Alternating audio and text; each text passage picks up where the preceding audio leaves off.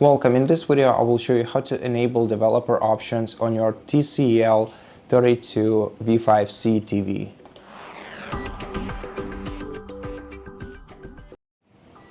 First of all, navigate to Settings on the top bar of your TV, then go to Device Preferences menu, then go to About section, then navigate all the way down to Android TV OS build and press Select button over this option 7 times until you see you are now a developer notification on your screen. Then press Return, and now you can access developer options in Device Preferences menu.